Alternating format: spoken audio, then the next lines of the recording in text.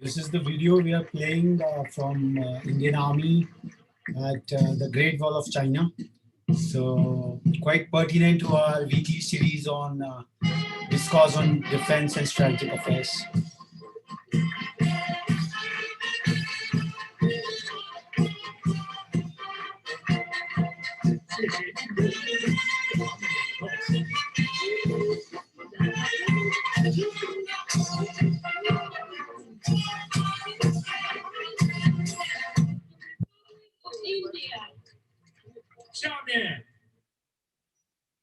So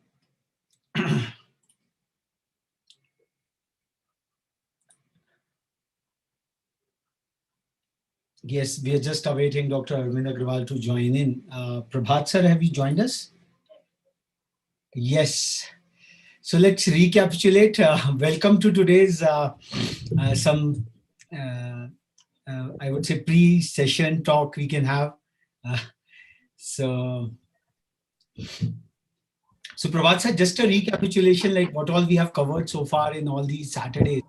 It must add up our collective understanding of defense and strategic affairs.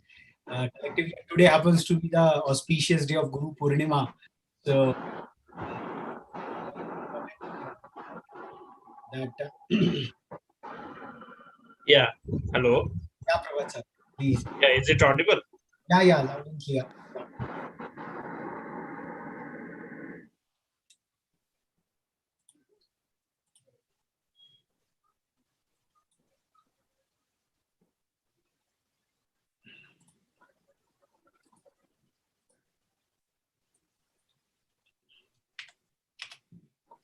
The voice is missing a bit.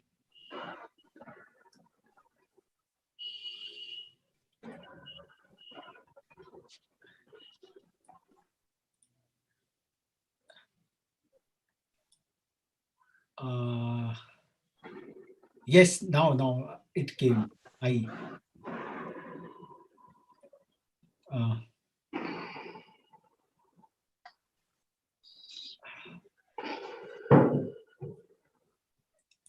no worries. Some glitches of the technology. No,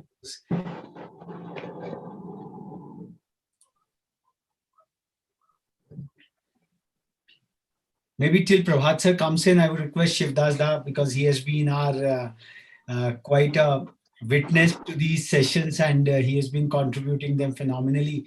And today's theme, which is quite very close to his heart, how to make the strategic affairs, strategic studies very pertinent for Techno-Managers. So today we will be joined in by one of the edupreneurs from the city of Jaipur. And so we'll be taking the conversation over there. To Shivdas da, just some pre-launch events we can have. Yeah. Good evening and नमस्ते कैसे हैं अच्छे बढ़िया good Shivdas Guru Purnima की बहुत बहुत बधाई और आपको नमन द गुरु तत्व आपको भी नमन नमस्ते तो जो बात है कि as an introductory part of strategic affairs in case of India or in case of our study it may be something like a new arena. But since the I mean Second World War, actually the political imperialism becoming irrelevant, and since then strategic affairs and strategic game replace the earlier imperialistic design, because without ruling politically, if we can someone can harness his own interests in some other country and from some others, then why should we take the burden of political affairs or social affairs or others of the of that country or those countries whom someone wants to make imperial or colonial actually. So that was a British era, that was a different era. And after this Second World War, ultimately world actually changed the perception that created that without engaging into war and direct conflict with any conflict, how to get most out of that. And that actually the center point that defines the strategic matters. And this is also new as diplomacy as well. Actually, diplomacy also means actually to making someone actually work or someone actually act as per another will actually. Actually, अपना काम हासिल करना है किसी तरह से और किसी झंझट पे नहीं फंसना है. किसी झंझट में झमेला में और किसी डायरेक्ट आपके साथ कोई दुश्मनी या बैटल ग्राउंड में फाइट ना करके अपना जो प्रॉफिट है वो गेन कर सकते हैं, यही यही मतलब स्ट्रेटेजिक अफेयर्स के मूल मंत्र है, मैं सोचता हूँ। वॉर वर्सेस डिप्लोमेसी तो समझ में आता है, उसमें फर्क, बट डिप्लोमेसी और स्ट्रैटेजिक अफेयर्स के बीच में क्या फर्क है वो थोड़ा सा खुलकर बताइए, तो थोड़ा प्रवेश होगा। या हाँ, diplomacy somewhat is traditional with and so diplomatic endeavors we make actually aspects that actually comprises whole aspect of foreign relationship. It includes the economic aspect, trade relations, in a cultural aspect, and all these things. And we make our field presence there, and that is diplomacy actually. That is diplomacy. Diplomacy is winning actually winning heart of the other nation. That is the diplomacy. And strategic affair is acquiring some position that gives the military and security advantage to somebody. For somebody or against somebody as well. It's both a sword and shield in case of security aspects. As for I think. So diplomacy actually making someone presence felt, and that I feel I wish to win your heart. जैसे कि इश्क आशिकी हो गया, ऐसा बात है। और strategy है तो वो तो क्या है कि वो तो मतलब holding some position, holding some technique and tricks that will ultimately make one stronger and give a strength to its security position and defense as well. इतना फर्क तो समझ में आता है मुझे, basic. Hello. Yes. Hello. Hello. Yes, So, yes, we can hear you. Yeah, actually, diplomacy actually is a I mean a grand legacy, historical background of diplomatic affairs, engaging with other nations, because every nation is dependent on other, everybody is dependent on other, and this dependence actually created this sense, and diplomatic engagement is there. In diplomacy also, national interest matters. Foreign policy also national interest matters. But diplomacy hardly actually makes the security aspect so pivotal as strategic relationship makes. Because without making strategic aspects vital factor, we can make diplomatic relationship with others as well. Then we have some diplomatic relation with somebody, but we don't have strategic relationship. But in case of strategic relationship, this strategic relationship will include both strategic and diplomatic as well. I think strategic relationship much more vast, more larger arena than the diplomatic affairs. So actually, what happened so far that diplomacy and coming to foreign policy, and foreign policy is something like, I think that it's an incremental process that happens with the passing of the day, engagement with some nations and others. The diplomacy is then further actually a more organized, or more we can say more clever step or organized step, and strategy is actually the finest one that a nation builds for its own interest, and ultimately it gives it provides the maximum for the country's own interest. So strategic affairs is a new phenomena for us. Actually, uh, we have not. Actually, why I am telling this is a new phenomena. That we have lost many opportunities since our independence.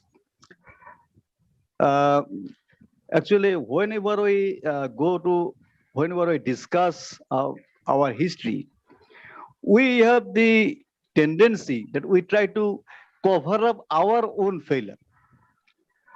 Now, something that actually very actually I don't think that has a logic that we always blame the Britishers for whatever held in here in India. So after gaining independence, why should we blame the British? Britishers' agenda was actually open agenda. They were the imperialistic power. They did not come here to build a welfare state in India. Yes. Nevertheless, they did something. We need to appreciate it. We blame British, but we no historian will ever tell you that how much taxation was actually imposed upon the people of India during the building of Taj Mahal, Qutub Minar, or all these things. How history is read in our country. When we go to Indian age, that is Hindu and the Muslim rulers, we actually get information about their wear and actually their chivalry and all these things. But when we enter in the British era, we suddenly enter to the social sector and begin to actually lament over the condition of the peasants and the workers and all. This is not the right approach. Well, the history is actually manipulated in such a way that will not actually bring any help to anybody actually. So strategic affairs, Dasda is surmising, and he's. I'm sorry that I got disconnected. My connectivity just went off, and I was away. So I think we have been joined in by our guest of eminence this evening, and we have been covering this very deep issue of strategic affairs in Prabhat Ghosh sir's presence and Shivdas Bhattacharjee, both leading commentators in the strategic defense and strategic affairs domain. And as we have been discussing in the various sessions all through, that it is the convergence of all social sciences. And as today Shivdasda is saying, that it is not just about the contemporary aspect, you have to go back and in the future. So it's time, it's temporal as well. So you have to really bring over there. So Prabhat sir, we have been having a whole galaxy of luminaries from the defense and strategic affairs sector. We had Air Commodore Commodore Ranjit Raisa, who talked about the Indian Yes. space, and then we had Major General C.P. Singh sir, who really talked about the Indo-Pakistan and the China. Unstable. Yeah. Correct. Yeah, and then Basically, yeah. May I, Raghav sir? Yeah, please. Yeah. We just Yeah, want to have a recapitulation before Arvind sir joins in. And today we have a very, very, very important aspect, that how this is strategic.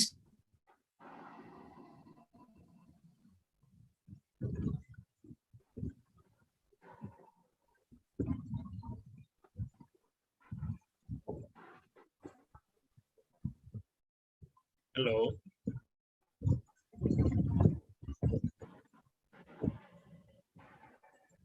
Hello.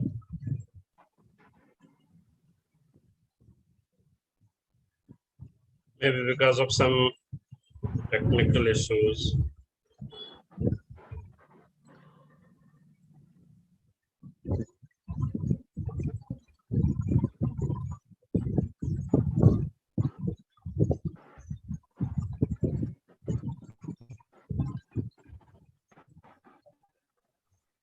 Hello. Once again, he got disconnected, I suppose.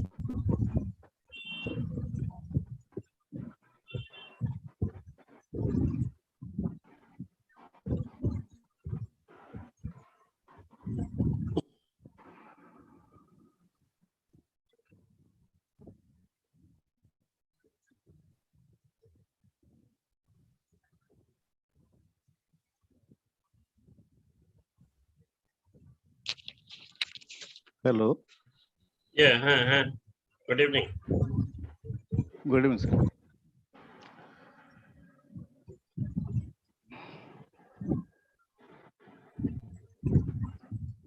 Once again, Raghav ji got disconnected.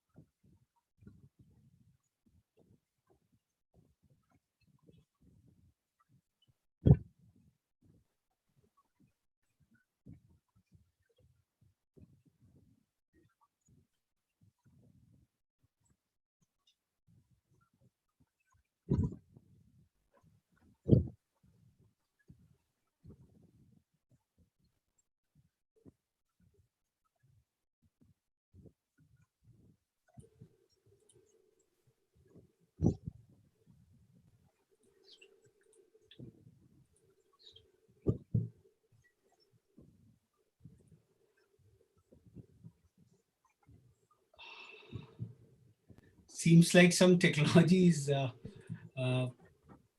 having problems. Arvind sir is not able to unmute himself. This has not been a problem with the session so far. I'm just trying to see. Just a moment, sir. Give me a moment. Sure, sure. Please. So I'm not.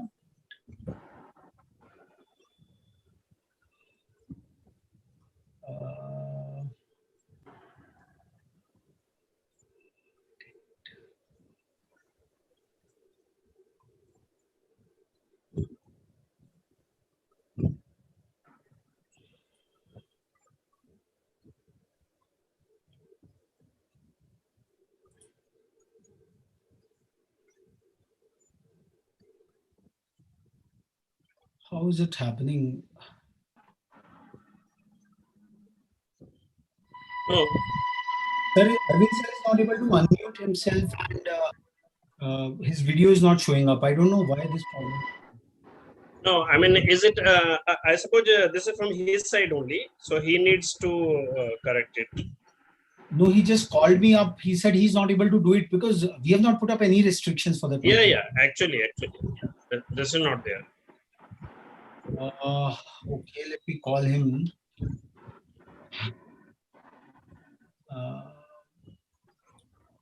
Did he join from mobile or a system? Let me make him co-host. Probably he will get all the access. Yeah. Then in that case, I suppose yeah, we'll be able.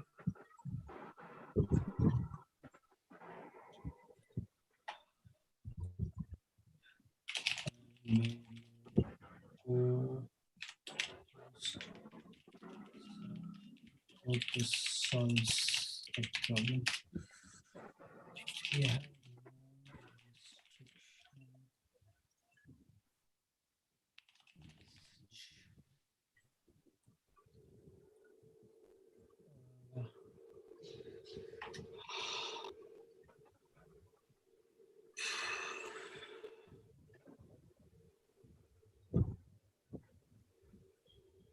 What's happening? Today I got logged off twice. Sir is not able to log in.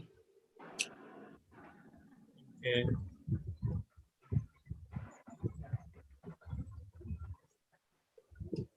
Mm.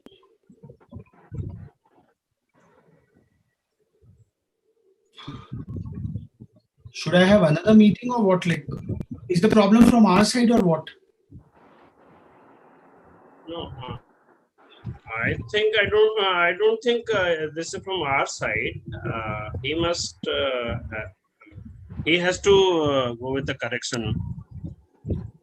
This is from his side only, because all others can join. I mean, they have joined also. A few people. Yes, Sangeeta, they have joined. Can they Even unmute we and we like. unmute yourself? Yeah. Hello.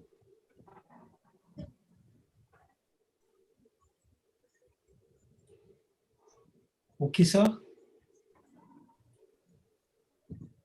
अच्छा मैं देखता हूँ sir मैं I'm just क्या हो रहा है?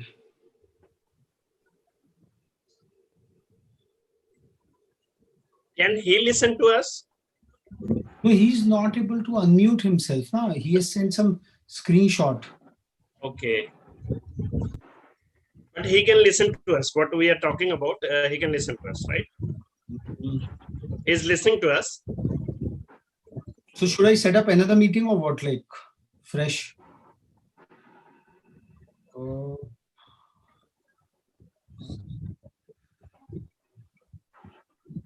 Another meeting with the time, I mean, after 5-10 minutes. Raghav sir ji मतलब 5-10 मिनट के बाद शेड्यूल कर लें, यही कह रहे हैं ना? नहीं, I'm not able to understand the problem. ना सर ने 2 स्क्रीनशॉट भेजे हैं. स्क्रीनशॉट में क्या दिखा रहा है? एक बार आप अगर बताएंगे. The host is not allowing participants to unmute themselves. The host is not allowing participants to unmute. Okay, so you should give one command from here only. Because sometimes it is under the control of a host that he can give command. So you check your settings to give this unmute or mute thing. Okay. In the meeting setting. Yes. Me, sir, Prabhat, sir. Yes, Sangeeta, yes, please. So, being a participant, I am able to unmute. Maybe it's just the technical glitch at that side. No, but logically, what should be the that is what should be the glitch? I mean, the same thing what happened with Major General CP Singh Saab. So this may be. Please ask him. Please ask him to. I mean, just log out and once again try to log in. Please log out. He has come up. Yeah, I think. Okay. Let's hope he comes in now. Yeah. Connecting. Yes, he's connecting. Yeah.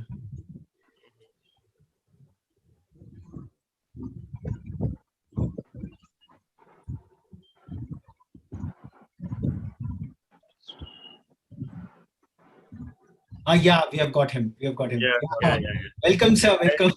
Thank you. Sorry. Welcome. I went out of the Zoom meeting and then I rejoined it. The crux of strategic affairs, perhaps. I left the meeting and then I rejoined it. I thought that there was a pause in the everything. Okay. So hello and welcome. Good evening to everybody. Yeah. So let me start it all over again. So hello and welcome to this Guru Purnima special edition. This Saturdays for Strategic Affairs, which we have been doing for quite some time. And Prabhat Ghosh sir, who is the editor-in-chief of Strategic Affairs India, and Shivdas Bhattacharya, senior journalist, they have been the co-hosts. In fact, under their patronage, this entire journey has been going on. So today we are being joined in by a very special guest from the Pink City, the city which has really fought some of the biggest battles in the history of the country, and he comes from that area. So strategic affairs has been not very unfamiliar with, I would say, from the region Rajasthan sir comes from, the sieges and all kind of resistances from the imperial powers they had witnessed. So Prabhat sir, as we started off with the Kashmir issue on Shama Prasad Mukherjee sir's Balidan Divas, we talked about the strategic importance of Kashmir that day. Then we had the privilege of having Commodore Ranjit Rai. Ranjit Rai sir, where he touched upon the entire Indian Ocean strategic Indian affairs Ocean Division and and Indo-Pacific, yes. how the rings over there are encircling us. Then we had Major General C.P. Singh Sahab, who talked about the Indo-Cine, India and Pakistan triad. Yeah, this unstable nuclear triangle, basically. Yes, yes. India, Pakistan, and China. Yes, and in the last session, we had two very eminent academicians who talked about the political warfare over there. And we all have been talking in these sessions that strategic affairs happens to be the convergence of all the social sciences, and some or the other, if India has to march forward and we have to really create a sensitized kind of a citizenry, which is sensitized on one level, and somewhere or the other we felt that our techno-managers, if innovation has to come in, if Atmanirbharta has to be pushed in, the real implications behind the scenes, because it's quite an intertwined area. So we have today Dr. Arvind Agarwal, who is a man who dons multiple hats. He is a medical doctor by training, who took on to techno-managerial education as an edupreneur. He's been running a phenomenal group of higher technical education in Jaipur, Kukas, Jaipur over there. And if you hear him, he's just adapting technology more than a technocrat per se. So we just felt of inviting Dr. Agarwal in to listen his views, because he thinks strategically, and he is someone on his able shoulders is the future of almost some thousands of youngsters as to how they will chisel down their career. So we will keep it more an interaction between you and Dr. Agarwal, because you come from that strategic area, rubbing your shoulders with the generals and the majors and all the strategic establishment. And he's someone who is making the future generals and majors and colonels. And so one aspect is obviously going to the NDAs or the IMAs. That is one part of it all. But the focus of today's discourse is that how strategic affairs can be made a very integral part of our techno-managerial studies if electronics is being taught upon. So can the professors in the classrooms really bring about that, oh, these are the areas which India is deficiting into, and this is where the avenues of research and advanced research are opening up. So I will not further, I will just open the floor for Arvind sir, because he's a prolific speaker and he has got really a very, very vast vistas of his.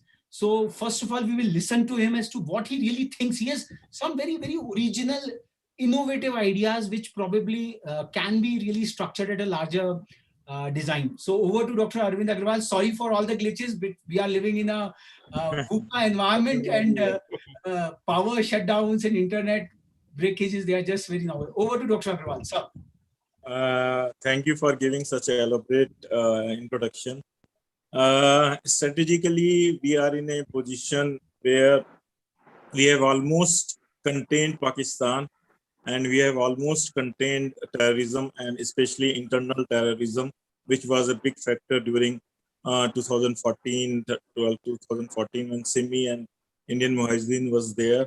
But suddenly, as the China become more assertive and aggressive, and suddenly we feel ourselves that we are threatened, and we are in a position on the receiving end from the China. Though we had a very good strategic and political relationship, and especially the economical relationship favoring China, still China choose to the path of aggression, and he want to be very, very assertive in respect of Southeast Asia and in respect of world current affairs. He wants that India should be contained, and India should have be tied down and should not play a major role on the world affairs and on the world stage. Obviously, if she thinks like China thinks like that, she has got certain kind of fear inside their political thought process or their strategic thought process or defense thought process, where they're thinking that India may be a challenging force in the next 10 to 20 years.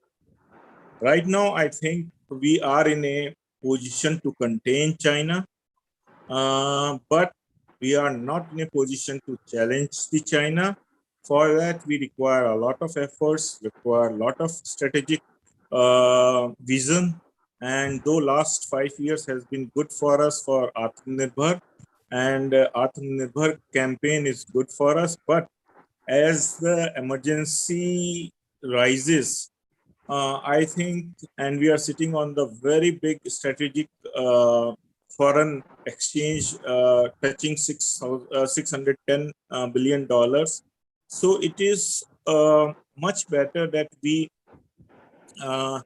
acquire the latest technologies and we move forward, and this is the right time to invest in the technologies and invest into the strategic forces and armaments, and we should take the help of all the friendly countries to acquire the latest technology. And because somehow our Galwan Valley incident has been fought, and Galwan Valley incident fought means we were fighting with the non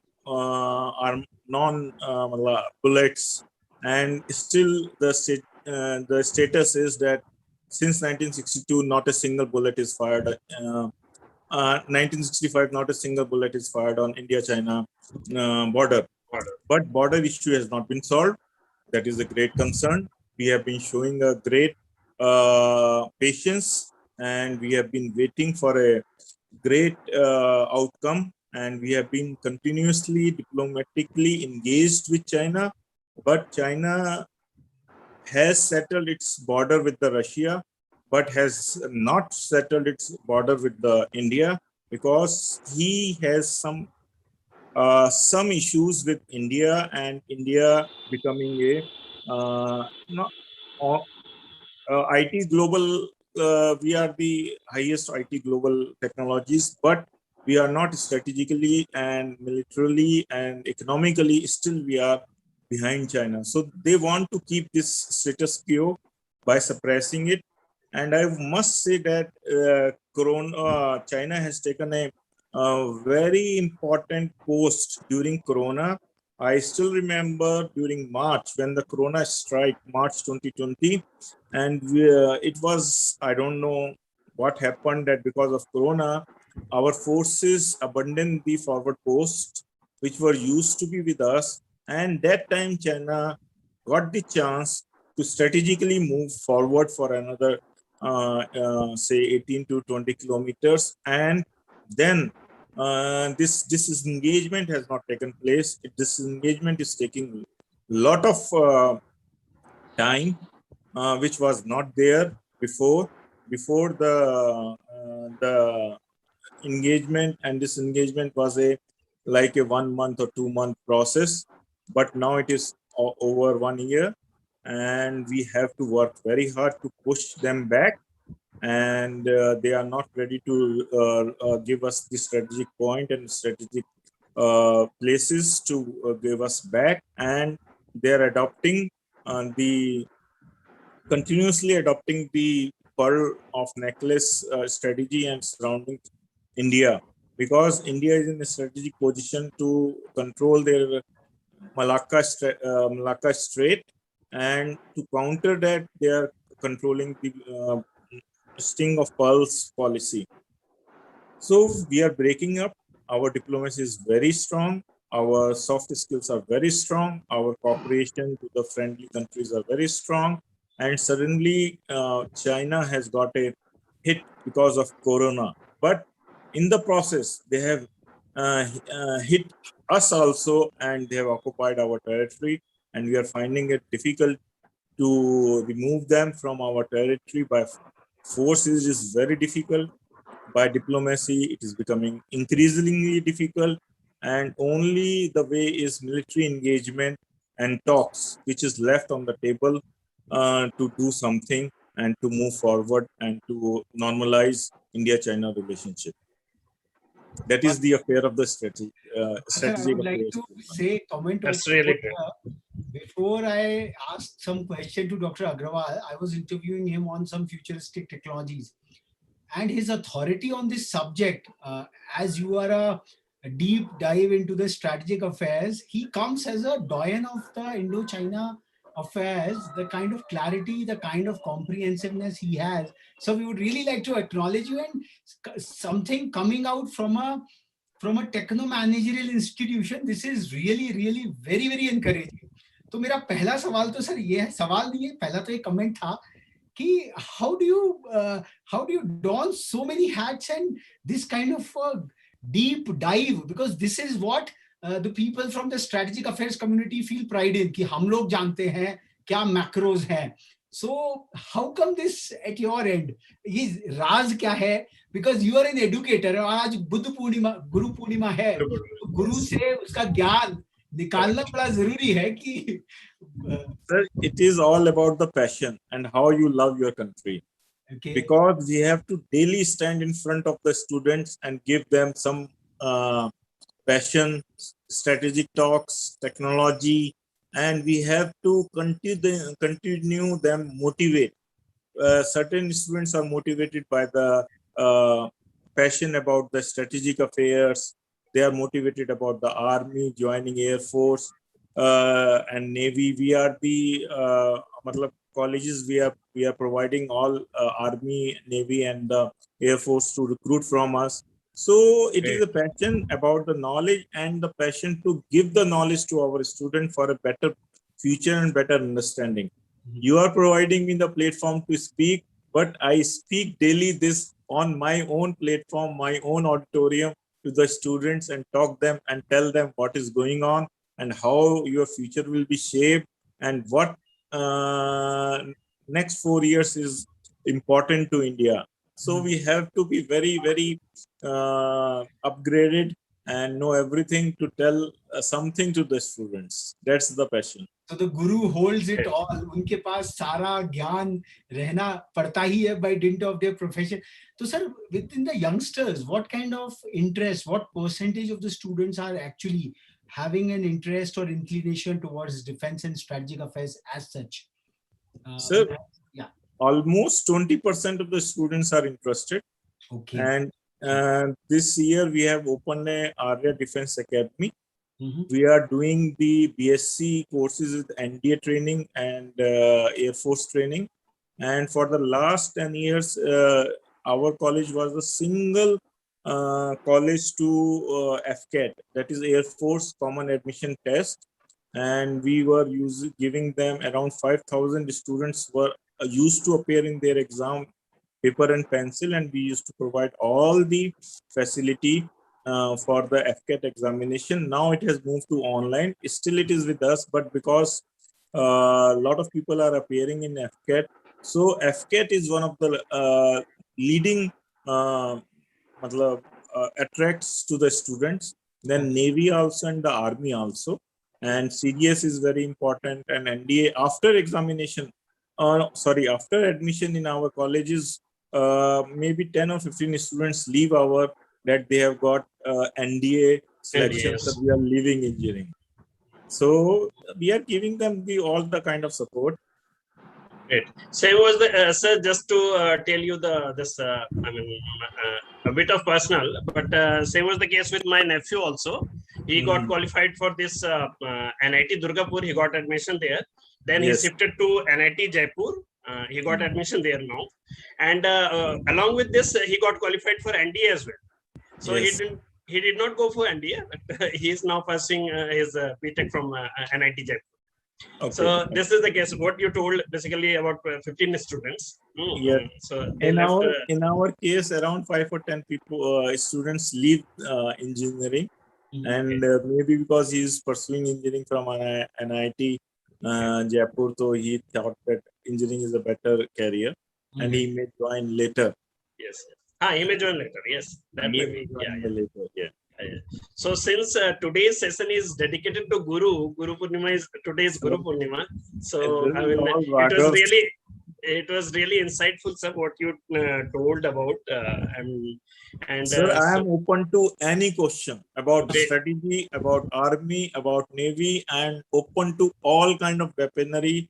I am open to all kind of guidance how to government of India should move forward And I have so much in my thought process that even the government will be surprised to know that people are there to plan.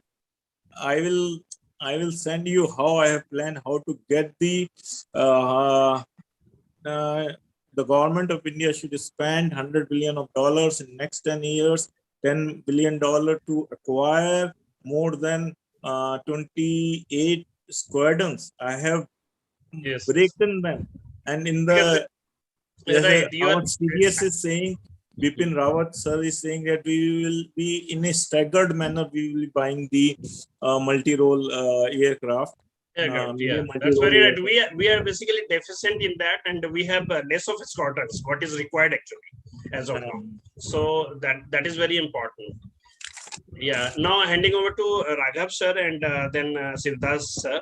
So I mean, he is also from academics basically.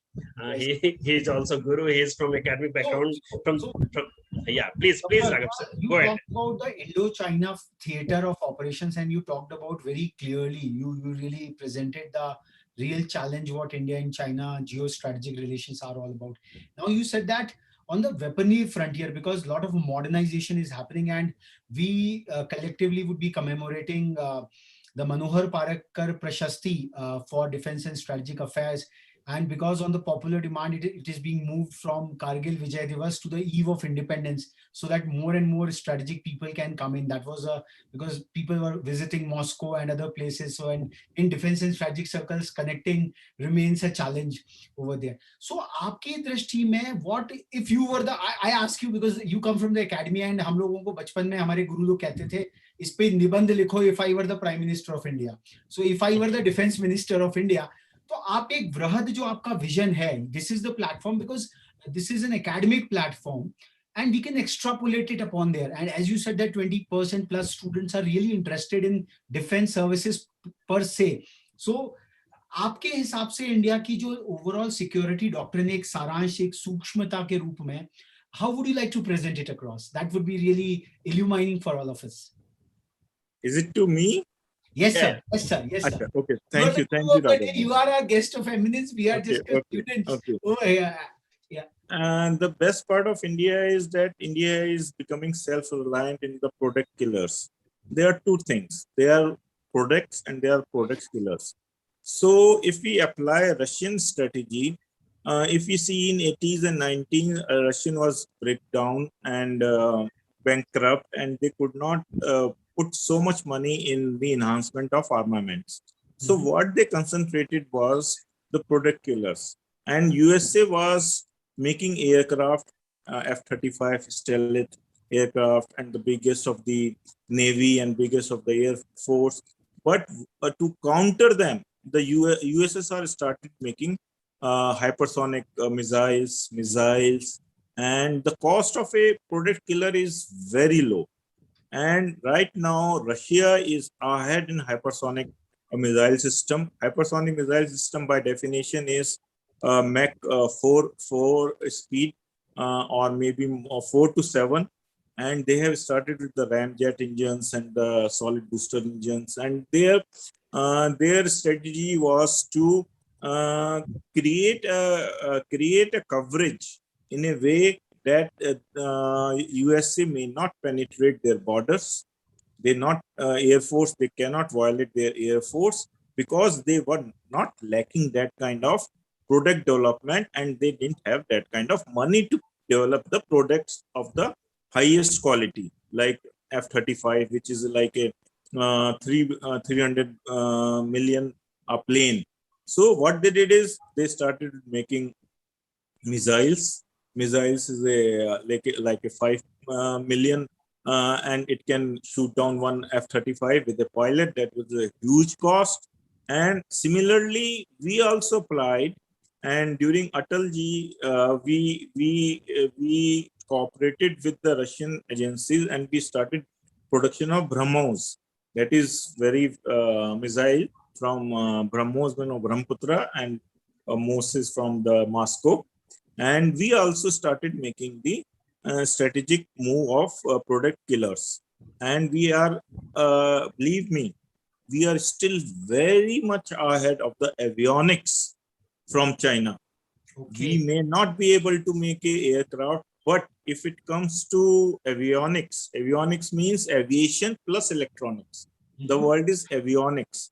Aviation plus electronics, we are ahead of them, and we have a products which can kill them, kill their aircrafts. And we are right now, Southeast Asia and BrahMos is the only factor which is preventing us to be attacked is the missile power of India. And we have in a development phase, which I must say that we failed to do and deploy Agni 5 in 2014 and 15. If we would have done that and inducted and conducted more tests and inducted by 17, 18, so China would have never even thought to cross the line of actual control. But we got somewhat late or deviated or somehow the world pressure, because it has a 5,000 kilometer range which touches the Europe also, and Agni 6 could have been 6,000, which could have touched the UK also. The radius of the Agni would have been 6,000, and it could have covered. So because of maybe, I don't know what the diplomacy and what the constraining factor might be there, but we failed to do more tests, conducted lesser tests, and induction was late, and we did it in 2021. And maybe we do have a very robust missile system which is canister based. A canister based is that you put in on a truck which can carry 50 tons, and it raises the canister. Is the canister means a container, and then you can fire from it, and nobody knows. It can be from a forest. It cannot be detected by satellites. Geography, it is away from anybody, and we can hit Beijing and maybe Shanghai, and we have that capabilities. But our deployment is slow, and we have lesser number of nuclear bombs also. And each Agni is multiple vehicle nuclear bomb carrier, and it is a technology which is our lady scientist Mrs. Swasas has done it with a laser ring gyration and GPS, and multiple vehicles are that each vehicle carries one atomic bomb, smaller, maybe 500 kg, 400 kg, but the instrument of delivery is one Agni, which is say 5,000 kilometer, carrying multiple vehicle, and it cannot be like, there is a newer technologies coming, is that ballistic defense system, BDS, ballistic defense system, because these all missiles are in the category of ballistic. They once they have a solid propellant. All our now Agni missiles have a solid boosters and solid propellants, except few Prithvi, which is still have a liquid oxygen and hydrogen. And for them, you have to need preparation for like 5 or 6 hours to load it, and because you cannot keep it in a box, you have to load it differently. But a solid fuel rocket boosters, it flies within 5 minutes and reaches within 15 minutes of the destination of 5,000 kilometers, 6,000 kilometers, and with multiple vehicle, and the enemy has only got 15 minutes to counter it. And to counter 5 or 6 atomic bomb at a time in 15 minutes is very difficult. But newer technology has came, that is plastic defense system. It is two types, again, exo atmosphere and indo. While it is entering in the atmosphere, we can defend it, and beyond that, we have just in 2019 we have done, or 2020 we have done a satellite blast in the space. That was targeting the satellite by our strategic blast missile. So we are there, we are very well there to defend ourselves, but to offense and to get because there are so many issues. Hmm. There are so many issues we have to solve it after 75 years of the independence. We have to solve the issue of Tibet. We have to solve the issue of China-occupied Kashmir, Aksai Chin, and we have to solve that is a must. We have to break the connectivity between the Xinjiang province and Tibet province. That's why the China has built a national roadway they have, because Xinjiang, they have captured Xinjiang on the west, and on the east they have captured Tibet, and they have captured Aksai Chin only to get the connectivity between these two provinces. In 1962, we were not prepared for the war, and we were a poor country, and our strategy was not right. That's why we have to accede that excise chain. Now it is a time to take back excise chain and break the connectivity, and then go for the Tibet. And as China do not recognize one India policy, why should we recognize one China policy? Wow. So Sir, you are converging all our previous sessions in just one go. The kind of a treatment you are giving it from a technological background कि भाई solid rockets हैं और हम लोग 5,000 और 6,000 kilometre तक जा सकते हैं, and these are our product killers. आपका अरबों रुपए का $300 मिलियन का वो प्लेन क्या करेगा जब हमारी मिसाइल उसको मार गिराएगी? hypersonic है. So this is really exciting. मतलब I'm saying कि strategic and defense discourse, they all say it is very vast. Loads and loads of disciplines are there. There is electronics, as you said, aviation and electronics, avionics is there. Then you came to the fuel part of it. So the collectivist strength of a civilization is probably manifested in the defense and strategic affairs. And I think Sir is quite a very powerful mascot of representing the whole knowledge under one head, one cerebrum. वो कहते हैं एक गुरु है जो सारी बात को रख रहे हैं. बहुत सुंदर सर, बहुत सुंदर. I have a couple of questions and add-ons. I think Yash Agarwal from the audience has raised the hand. So we will try to make it more elaborative because Sir can go on and on. He has such a crystal clarity of the things. So Yash, I would like to bring you in and ask your question to Dr. Agarwal. Yeah, please. Hi, sir. So my question is that since the Narendra Modi government came in 2014, there has been a focus in the defense policy to get the private sector in to manufacture arms. So that has been the focus. जो भी जैसे we procure armaments, जैसे we procure weaponry, तो उसमें हमारे clause होते हैं कि इंडिया में manufacture होगा, आपकी technology transfer होगा, know-how transfer होगा. So do you think पिछले 6-7 साल में जो ये फोकस रहा है, जो कोशिश रही है गवर्नमेंट की, it has come to fruition, मतलब it has benefited actually on ground में change हुआ है?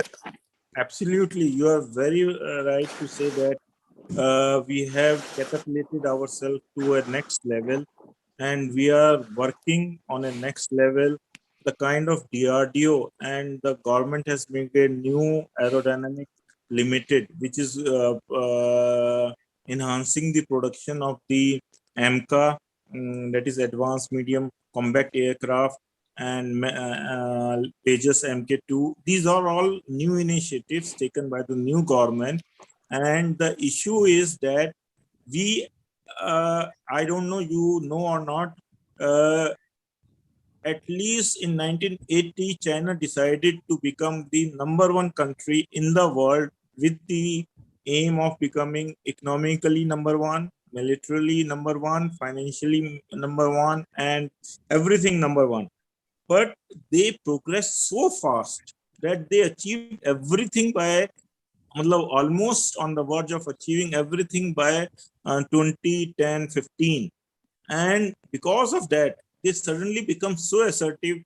To Taiwan, they are giving threats. To Japan, they are giving threats. They are occupying their islands. They have captured South China Sea, and they have started on their west front.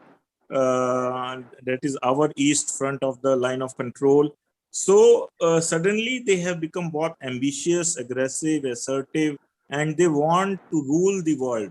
So it is out of necessity the government of India has to do so much work and so fast that we become Atmanirbhar also, and we should be a net exporter by 2030, and our arm production should be at quality, at par with the world, not like Russians or not like Chinese, and we should provide good armament. So we have taken a policy and the right kind of ingredients we were there. Our ISRO was there, our DRDO was there. In fact, our DRDO is the biggest. And in 1984, we had one integrated missile system, which is inaugurated by late Gandhi, Indira Gandhi, which she started making all kinds of missiles. We are safe because our missiles are there. They are well placed, well positioned. We don't have to be very worried about our safety, because it will be a collateral damage. It is not going to be a damage of one-sided like 1962. The only thing which I am afraid of is the prestige, the pride of India in 2021, which should not be broken at any cost. The government should invest at least 20 to 30 $1 billion immediately to create 3 or 4 ecosystem.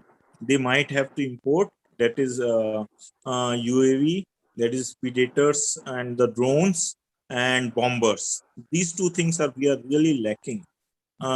We have achieved the triad in the nuclear. We can attack any country by sea, we can attack by land, and we can attack by air.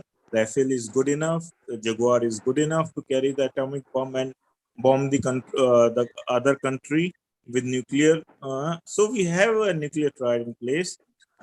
So we are, but still lacking into the surveillance. The kind of surveillance, and the surveillance is all about intelligence, and if we do not increase the surveillance. And the second thing is, on the eastern border of ours, we lack the firepower.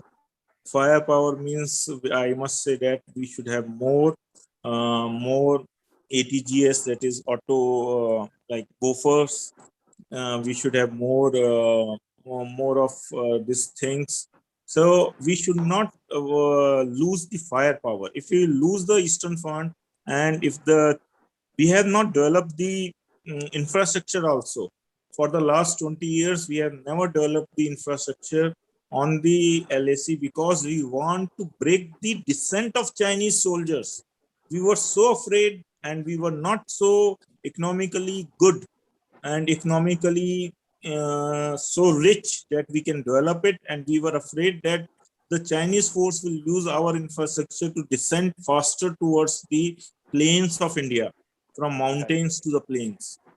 So we were slow. Now we have changed our strategy. We have developed all along our strategic roadways to deploy army, air force, so faster. But we are still, firepower is less. We should import more firepower. I think we would be needing more and more sessions with Dr. Agarwal to really understand the top view snapshot of India's defense preparedness, because the kind of authority and the kind of depth, it's both the breadth and the depth which comes so very naturally to him, that he is much more than a defense and strategic affairs aficionado. He's quite an expert in these affairs, and it would probably take maybe a dozen kind of a sessions for each frontier per se, because each of the technological platforms sir is talking about, that ATGS and all these kind of. Sir, my core question is a student of yours, back to the brass tacks. 20% बच्चा तो defence में जाता है career के लिए, उसके इम्तिहान की जो भी प्रिपेयर्डनेस है, that is one thing of it all. Tries to go. Perfect. Selection rate is low. Yeah. And those are the typical questions of any entrance examination. What we want to understand from you, how this basic level of understanding of India's defense and strategic position in the Committee of Nations can be really imparted to the young techno-managers who really spend sizable chunk 4 years. And these are very inspiring terms. अगर आप solid fuel को mechanical engineer को वैसे पढ़ाएंगे, but if you will factor it into Agni 5, Agni 6 and these kind of terminologies, it really builds up the enthusiasm of a young learner. So as an educator, what do you think first and the foremost? Is it essential? Do we really need to orient the vast army of our youngsters, our demographic dividend, into the defense and strategic affairs? That is number one. Second, how? If yes, then how? This will be the last question for today's session, sir. Please. Sir, without any strategy and without any goals and without any motivation to the engineers that they have to work for country, either in a way as a earning member of the society, that is also a very good contribution towards the society, that to increase the GDP. Our country is known as a IT superpower because of our engineering power, and we have already scaled that mountain and we are sitting on the top of the mountain. The only problem is with that mountain is that we have not done the wrong things like cyber attacks, cyber crimes, and we have not learned that strategy. So we have to teach that strategy also, and that the other side of the coin is very bad and they are continuously attacking us on cyber. That is also a front. That is also a front, and we have to counter that front. So all the engineers should know about that, and they should know what is the shape of the country and how the country is going to be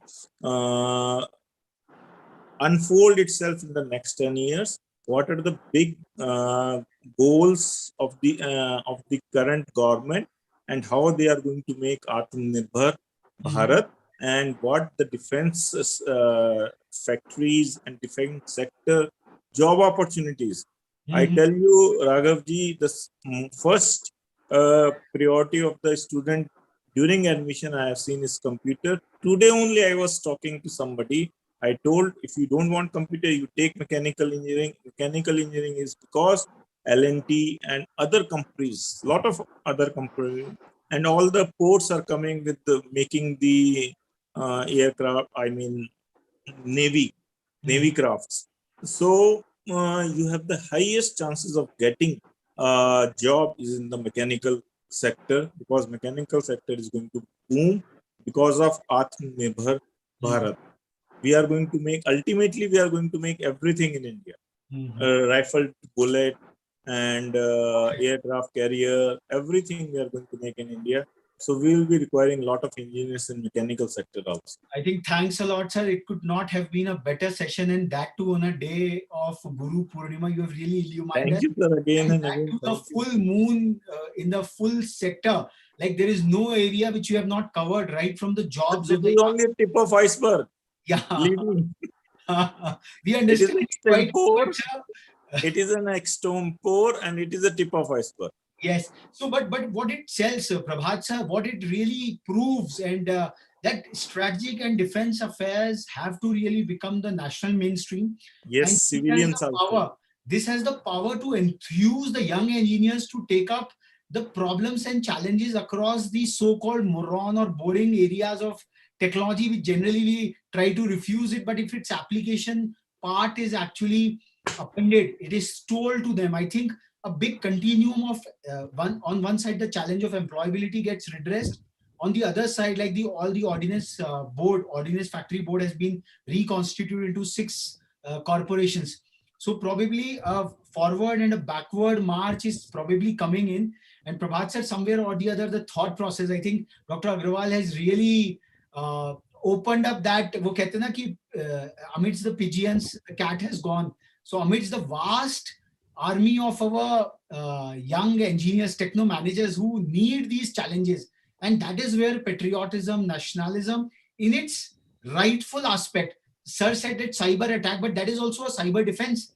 So until or unless these frontiers are brought within the campuses, leave aside the classified areas, but the baseline of it all. I remember conducting the Defense Research and Development Forum when Avinash Chandra Sahab was the Director General. It was for the first time that all the 3 armed forces, the private universities and the public institutions, and DG DRDO said that it is probably for the first time everyone is meeting under the same roof, and that is where collaboration would happen.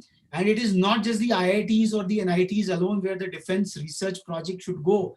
That is also one of the other areas. I think we would be having more and more sessions with Dr. Agarwal and some more eminent luminaries from the defense and strategic affairs, so that like we started the hackathon part of it, which was quite generic and general, maybe a defense centric focus of research and innovation can really come in. Any closing words, Prabhat sir? We will then conclude because you have been the patron of it all. So Prabhat sir.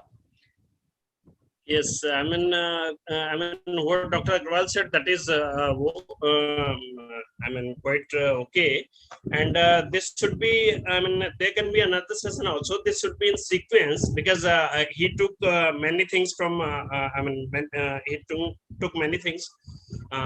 It's of many aspects actually.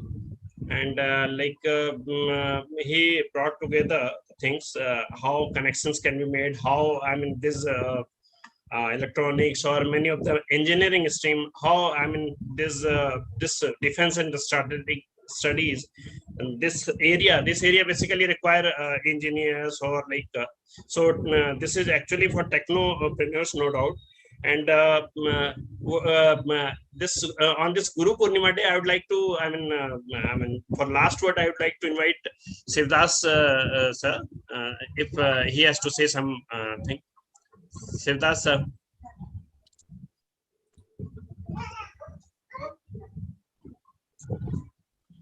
Hello. Am I audible? Yeah. Actually, we have been discussing all the strategic aspect and India's defense and defense procurements and all these things. But why should Northeast state, Northeastern region, there are two vulnerable strategically have been put out of the purview? I don't understand the logic behind this. Everything what have been elaborated so far, not only this session, in earlier sessions as well, look good. In last session, I heard about talking a lot of things about Taiwan, but not a single reference about Arunachal Pradesh. So what is the how can the India strategic affairs policy can be built keeping Northeast outside the purview? There is see the basic infrastructure in Northeast, basic infrastructure in Arunachal border. China has brought bullet train there. Yeah. So they have developed. That's not it. And I am giving you one example that strategic affairs actually we are not getting advantage from that. One example I want to give you that in Arunachal, what is happening? In Arunachal, there is only 2G connection right now in maximum states in Northeast. But in Arunachal, people are accessing the 5G connection from the Chinese side. Nevertheless, Arunachal is the only country that being within the within the other states that have shown hostilities and terrorism against India. Arunachal is a different, and they are they are so intended and so committed to be with Indian side, and they want to be a part of the Indian army. So they are also demanding that why there can be a Arunachal regime like the Gorkha regime, like the other regime as well. So keeping outside Northeast, you mean you living all these things, China, you living Bangladesh, you living Myanmar, you living all these areas. So any strategic challenge that India first strategic challenge India faced and ultimately we had to leak dust. That strategic challenge came from Northeast, 1962. And the strategic advantage or the strategic success we have achieved, that is also in Northeast, that is Bangladesh. So keeping Northeast outside the purview of the strategic analysis, no analysis can be conclusive. And this is what actually makes things so they're difficult for the Northeasterns. So you just actually a think tank is there. I am not blaming anybody. That is why Shivdasa, I think this is the session. This is an area which can just go on and on, as it is a open-ended one.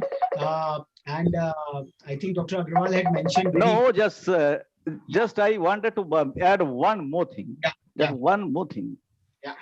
When we are discussing about strategic aspect, when we are discussing about China, suppose China, can it be possible keeping Northeast outside it? No. Is it possible? Is it logical? Can it have any logic? Yeah. So Indian Parliament has said that we will not give an inch of our land to China. And strategically, Arunachal Pradesh will open the gates for some time for Tibet occupation. If we have to reoccupy, the gateway to the Tibet is only Arunachal Pradesh. If somehow world consensus come that Tibet was annexed and now it has to be an independent country, then all the army will go through the Arunachal Pradesh only, sir. I think it's very... That is the gateway to Tibet. So we will take a stop in today's session here, and it really opens up newer frontiers, and every session we are learning because it's very layered discourse. It's a very vast discourse, and that's why it's a very... Hello, sir. Actually, one request is actually make a session taking the Northeast issue. Yes. That will be a better thing. So there is difference between mainland India and Northeast. That exists, sir. You may admit or not. Yeah. That's very right. Actually, we are celebrating this Swarning Vijayavas also. I mean, and India only was instrumental behind this liberation of Bangladesh. Yes. So, taking Northeast into account, that is very important, no doubt. So we have to take now we'll be doing of time. We will continue. This is a never-ending discourse, much more layers and layers. And Dr. Agarwal has really come and really shown us the kind of complexity and the kind of interlinkages. The beauty of it is that he has presented it from a techno-managerial perspective, from an academic perspective, from a finance and a larger perspective. So with more and more experts like him coming into the fray, I think this discourse on defense and strategic affairs would improve, would evolve, and would really nurture all our understanding over there. Thank you, Dr. Agarwal, for making it in today's session. Thank you, Shivdasda. Thank you, Prabhat sir. We'll close here and we'll be back on next Saturday with yet another